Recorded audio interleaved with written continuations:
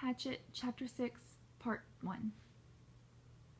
2 years before, he and Terry had been fooling around down near the park, where the city seemed to end for a time, and the trees grew thick and came down to the small river that went through the park. It was thick there and seemed kind of wild, and they had been joking and making things up, and they pretended that they were lost in the woods, and talked in the afternoon about what they would do. Of course they figured they'd have all sorts of goodies like a gun and a knife and fishing gear and matches so they could hunt and fish and have a fire. "I wish you were here, Terry," he thought, "with a gun and a knife and some matches." In the park that time they had decided the best shelter was a lean-to, and Brian set out now to make one up. Maybe cover it with grass or leaves or sticks, he thought, and he started to go down to the lake again, where there were some willows he could cut down for braces. But it struck him that he ought to find a good place for the lean-to, and so he decided to look around first. He wanted to stay near the lake because he thought the plane, even deep in the water, might show up to somebody flying over, and he didn't want to diminish any chance he might have of being found.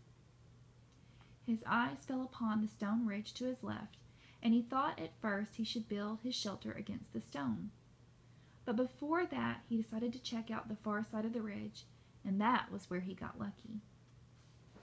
Using the sun and the fact that it rose in the east and set in the west, he decided that the far side was the northern side of the ridge. At one time, in the far past, it had been scooped out by something, probably a glacier, and the scooping had left a kind of sideways bowl, back in under a ledge. It wasn't very deep, not a cave, but it was smooth and made a perfect roof, and he could almost stand in under the ledge. He had to hold his head slightly tipped forward at the front to keep it from hitting the top.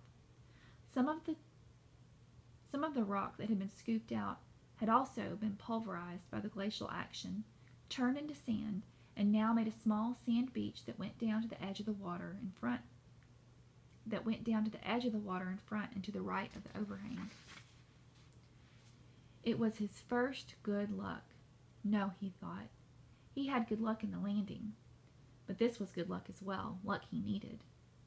All he had to do was wall off part of the bowl and leave an opening as a doorway, and he would have a perfect shelter, much stronger than a lean-to, and dry because the overhang made a watertight roof. He crawled back in under the ledge and sat. The sand was cool here in the shade, and the coolness felt wonderful to his face, which was already starting to blister and get especially painful on his forehead, with the blisters on top of the swelling. He was also still weak. Just the walk around the back of the ridge and the slight climb over the top had left his legs rubbery. It felt good to sit for a bit under the shade of the overhang in the cool sand. And now he thought, if I just had something to eat, anything. When he had rested a bit, he went back down to the lake and drank a couple of swallows of water. He wasn't all that thirsty, but he thought the water might help to take the edge off his hunger. It didn't. Somehow the cold lake water actually made it worse, sharpened it. He thought of dragging in wood to make a wall on part of the overhang, and picked up one piece to pull up. But his arms were too weak, and he knew then that it wasn't just the crash and injury to his body and head. It was also that he was weak from hunger. He would have to find something to eat. Before he did anything else, he would have to find something to eat. But what? Brian leaned against the rock and stared out at the lake. What in all of this was there to eat?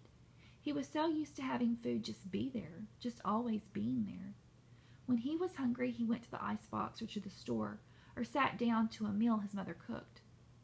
Oh, he thought, remembering a meal now. Oh, it was last Thanksgiving, last year, the last Thanksgiving they had as a family before his mother demanded the divorce, and his father moved out in the following January. Brian already knew the secret, but did not know it would cause them to break up, and thought it might work out. The secret that his father still did not know, but that he would try to tell him when he saw him. The meal had been turkey, and they cooked it in the backyard in the barbecue over charcoal with the lid down tight. His father had put hickory chips on the charcoal, and the smell of the cooking turkey and the hickory smoke had filled the yard. When his father took the lid off, smiling, the smell that had come out was unbelievable, and when they sat to eat, the meat was wet with juice and rich and had a taste of smoke in it. He had to stop this. His mouth was full of saliva and his stomach was twisting and growling. What was there to eat? What had he read or seen that told him about food in the wilderness? Hadn't there been something? A show? Yes, a show on television about Air Force pilots and some kind of course they took. A survival course. All right, he had the show coming into his thoughts now. The pilots had to live in the desert. They put them in the desert down in Arizona or someplace, and they had to live for a week. They had to find food and water for a week.